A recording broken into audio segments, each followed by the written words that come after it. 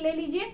और ये है कनक धारा स्तोत्र। कनक धारा स्तोत्र का ये पुस्तक है, ये भी बहुत ही फलदायी होती है। अगर आपको लक्ष्मी व्रत कथा अभी नहीं मिल रही है, मिली है, फिर भी आपको हम सलाह देंगे कि इसमें आपको श्री सूक्तम का पाठ है, कनक धारा स्तोत्र का पाठ है, तो वो आप कर सकते हो।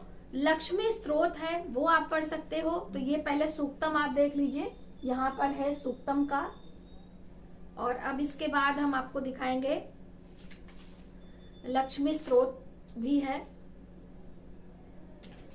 ये है लक्ष्मी स्तोत्र। तो इस तरह से आप पढ़ सकते हैं। अब देखिए कई बहनों ने पूछा था कि हम हिंदी में पढ़ें कि संस्कृत में पढ़ें, तो देखिए जैसा भी आपको आता है आप पढ़ लीजिए। माँ हमारी बहुत ही दयालु हैं, वो सभी भक्तों पर अपनी कृपा बरसाती हैं और सभी भाषा उनको आती है। ऐसा नहीं कि आप संस्कृत में ही पढ़ेंगे।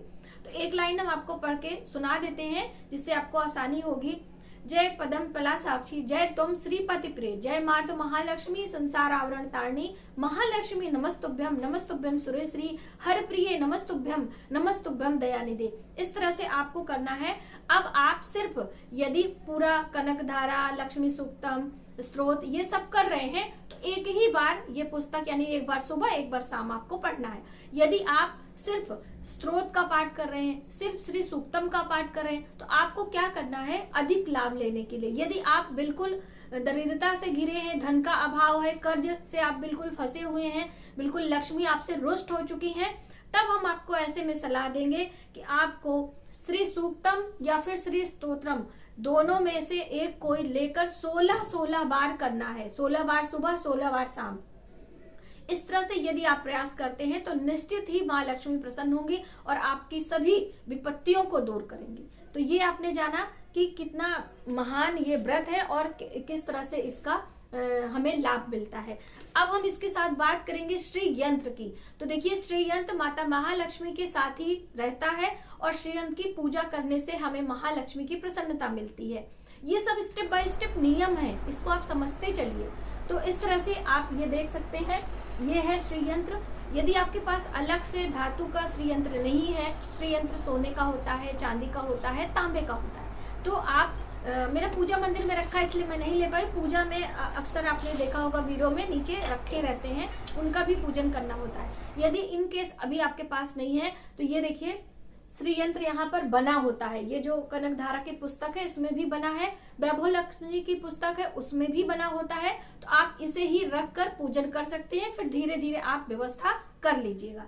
ठीक है, ये सारे नियम के अंतर्गत आते हैं। और दोस्तों जब हम कोई कार्य नियम के अनुसार करते हैं तो उसका प्रतिफल हमें जल्द देखने को मिलता है, ये आप सबको पता है।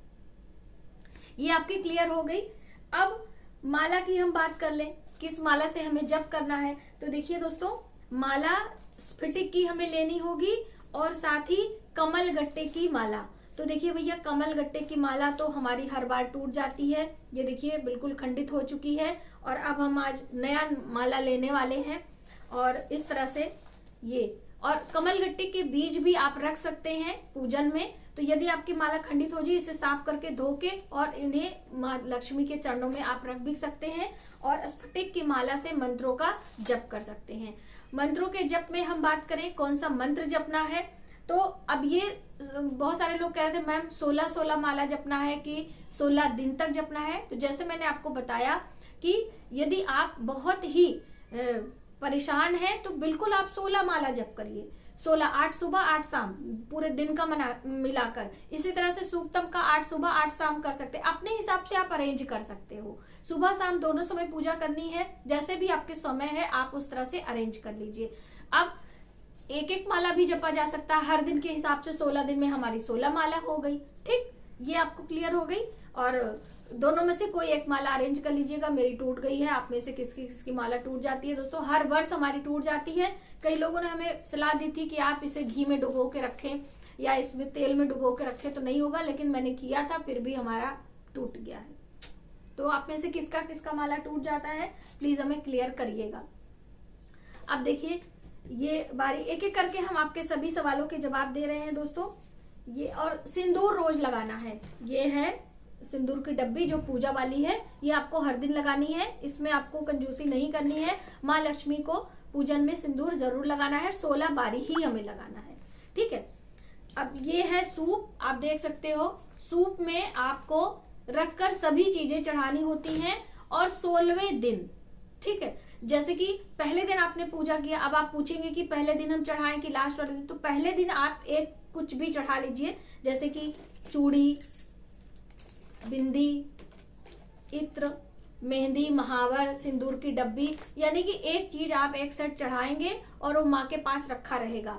और जब पूजा हो जाएगी, समाप्त हो जाएगी, तो आप उसे प्रसाद स्वरूप स्वयं ले लें, या फिर आप सुहागिनें बुलाते हैं तो उनको एक एक करके, जैसे कि आप एक एक चूड़ी या एक बिंदी इस तरह से अरेंज करके आप अपनी सुविधा के अनुसार दे सकते हैं उनको। लेकिन जो माता महालक्ष्मी के मंदिर में हमें दान करना है, लक्ष्मी नारायण मंदिर में, वो सभी चीजें 16 की संख्या में होनी चाहिए। ठीक, ये आपको समझ में आ गई। सूप में ही रख कर दान करना होता है, एक सूप से हमें ढकना है, एक सूप से हमें रखना है। ये मेरा छोटू सा सूप है, हम ये तुलसी माता के लिए लेकर आए हैं। और सूप भी माता लक्ष्मी का ही जो है चिन्ह माना जाता है, यानी माँ लक्ष्मी इसमें विराजमान होती हैं। हम अपने घर गृहस्थी की बात करें तो माँ लक्ष्मी झाड़ू में खड़ी होती हैं, सूप में बैठती हैं और सिलबट्टे पर शयन करती हैं। इसीलिए जब भी हमारे घर शुभ कार्य होते हैं, कोई 16 संस्कारों की हम बात करें, तो उसमें सूप, झाड़ू, चक्री, सिलबट्टा, इन सब का पूजन किया जाता है। ये इसी को दर्शाता है कि इससे हमारे घर में माँ लक्ष्मी की कृपा बनी होती है। ठीक है, तो इसलिए सूप में ही रखकर आपको चढ़ाना है। यदि सूप नहीं मिलता है तो बांस की डलिया वगैरह भी आप ले सकते हो, बांस का भी सूप आता है तो बांस का भी ले लें। ये सरई है जो कि करवा चौथ में जो व्रत होता है उसमें इस्तेमाल किया जाता है, उसका ये सरई का बनता है।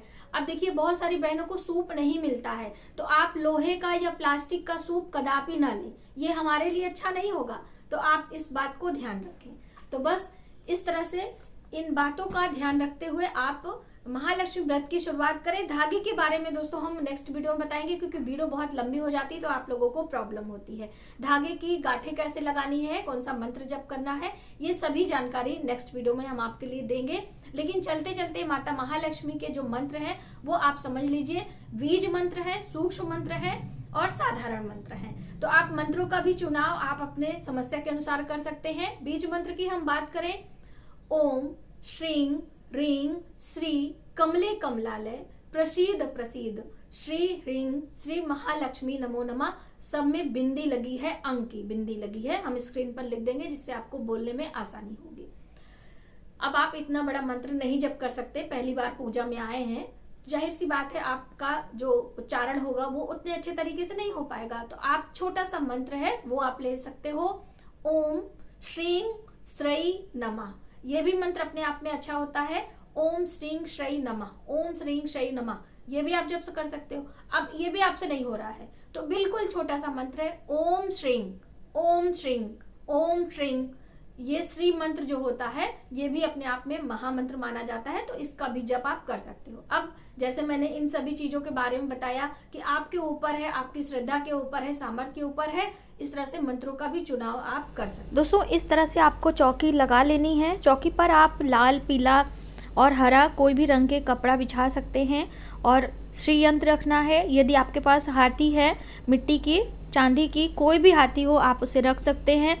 गौरी गणेश अवश्य बनाना है और जो आपका 16 गांठों वाला धागा है उसे भी आपको पहले दिन सबसे पहले यहाँ पे पूजन में रखना चाहिए, उसे अभिमंत्रित करना चाहिए। उसके बाद अपने हाथों में बांधकर कथा पढ़ेंगे, मंत्रों का जप करेंगे, हवन करेंगे और पूजा के बाद उसे हम यहीं स्थान पर रख देंगे, यानी पूजा समाप्त होने के बाद में। आप देख सकते हो कलश कैसे मैंने लगाया है और स्वस्तिक का चिन्ह आपके ऊपर है, आप बनाएं या ना बनाएं, लेकिन बनाएं तो ज़्यादा अच्छा है क्योंकि ये शुभ चिन्ह माना जाता है। और घी के दिए ही हमें लगाना है।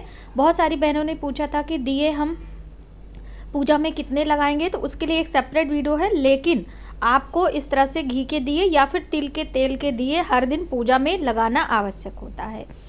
और यहाँ पर हम बात कर लें भोग प्रसाद की, तो भोग प्रसाद भी ऋतु फल है या जो मंत्रों का जप माला, ये हमारी कमलगट्टे की है, इसके ऊपर थोड़ा सा जल का छिड़काव कर लीजिए और उसके बाद आपको ये धूप है, यहाँ पे इसे धूप दीप दिखा दीजिए। ठीक है, अब माला को प्रणाम करें। माँ लक्ष्मी के मंत्रों का आपको जप करना है। माँ लक्ष्मी का बहुत ही सूक्ष्म मंत्र है जो कि ओम श्रीं श्री नमः। तो अभी मैं आपको इसमें डालने से पहले जो हमारे पास जपमाली है ये दिखा दें। ये जपमाली है, इसी में हम रखकर माला जप करते हैं, लेकिन पहले आपको दिखा दें कि कैसे जप करना है। तो ये जो सुमेरु है इसी से शुरुआत करनी, यानी इस सुमेरु को आपको अपनी तरफ रखना है और जो ये मिडिल फिंगर है इसके ऊपर आपको इसे टांग लेना है। और जो ये सुमेरु है आपके तरफ है और सुमेरु के जस्ट बगल जो पहला मनका है उसको अंगूठे से आपको नीचे करते जाना है। तो अभी जैसे मान लीजिए आपने सूक्ष्म मंत्र जो है ओम श्रीं श्री नमः, एक मनके पे आपने हाथ रख के ओम श्रीं श्री नमः किया, फिर मनका नीचे किया, दूसरा मनका आया उसके ऊपर आपने डाला ओम श्रीं श्री नमः, ओम श्रीं श्री नमः, ओम श्रीं श्री नमः, ओम श्रीं श्री नमः। इस तरह से करते हुए पूरा 108 बारी आप जब कर लेंगे तो लास्ट में आपका जो ये सुमेरु है यहाँ पर आ जाएगा, जैसे ये लास्ट में। तो आपको इसे क्रॉस नहीं करना है, माला को लेके इस तरह से आपको पलट लेना है और सुमेरु को नीचे करके फिर से आपको जपना है। ये माला जप करने की विधि है, तो मैंने सोचा मैं आपको बता दूँ। इस तरह से 108 बारी आप 51 बारी 2 माला 3 माला जितना अधिक से अधिक आप जप कर सकते हो आप कर लें। और फिर आरती आपको करनी होती है और इसके पहले आप हवन भी कर लें। हवन के लिए बहुत सारे लोगों ने पूछा था, तो देखिए जो गाय का उपला है ये हमारे पास थोड़ा सा है। देखिए प्रतिदिन आप थोड़ा ही करिए, इसे आप अग्नि से प्रज्वलित कर लीजिए या आप अपने जो है आपका गैस चूल्हा है उसके ऊपर आप रख देंगे, ये बिल्कुल अग्नि के रूप में हो जाएगा। और फिर इसमें रखकर कोई पात्र में रखकर इसके ऊपर थोड़ा सा आप देसी घी डाल लें, थोड़े से कपूर, गुड़ और घी से आप माता महालक्ष्मी नाम से 16 बारी अघियारी कर लें। ठीक है, तो आप ये भी कर सकते हैं। अब इसके बाद आपको आरती करनी है। आरती करने के लिए आपने एक आरती का पात्र लेना है। तो मैं आपको ये दिखाऊं, यहाँ पर ये थोड़ा सा थाली ले लें, उसमें स्वस्तिक बना दे, थोड़े से अक्षत पुष्प रख लें और बीच में आरती का पात्र रख लें। तो मैंने यहाँ पे कपूर की आरती करनी है और आप चाहें तो 5 में घी के दिए रख सकते हैं।